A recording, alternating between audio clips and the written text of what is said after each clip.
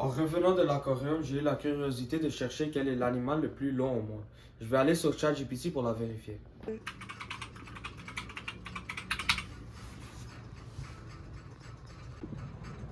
Oh, regardez, il est dit que l'animal le plus long au monde est le serpent python réticulé, qui peut atteindre une longueur de plus de 7 mètres. Cependant, si l'on considère tous les animaux, y compris ceux qui vivent dans l'eau, la réponse pourrait être la baleine bleue, qui est le plus grand animal connu et peut mesurer plus de 30 mètres de long. Ne comptez pas sur ChatGPT. ChatGPT est un modèle de langage d'IA développé par OpenAI, qui est capable de générer un texte semblable à celui d'un sur la base des données qui lui sont fournies. Le modèle est entraîné sur un large corpus de données textuelles et peut gérer des réponses à des questions. Malheureusement, il ne peut que prédire le mot suivant. Il ne s'agit donc pas d'une source fiable.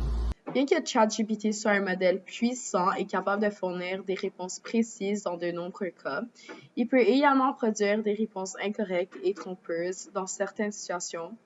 Par exemple, dans notre cas, nous avons trouvé 3 sources qui contredisent la réponse de ChatGPT.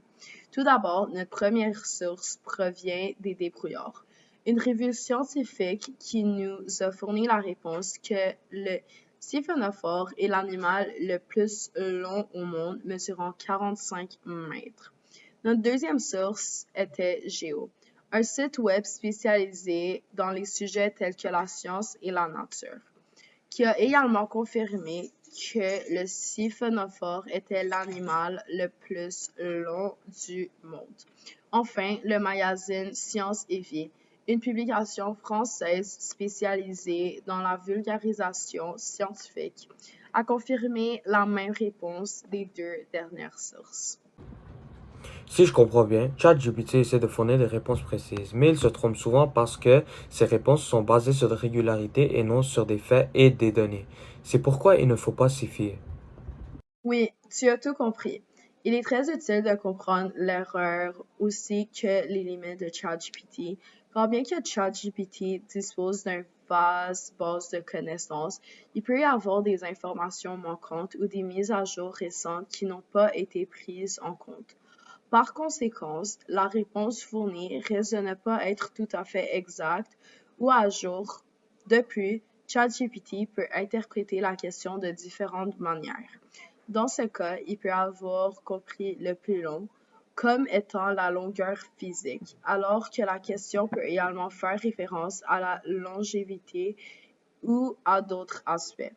Cette différence d'interprétation peut entraîner une réponse inappropriée, car l'objectif de ChatGPT est de prédire le mot suivant en fonction du contexte.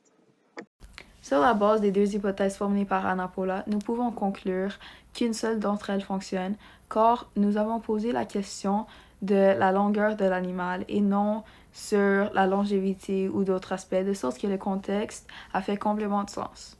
Cependant, nous pouvons conclure que ChatGPT manque de contexte en temps réel.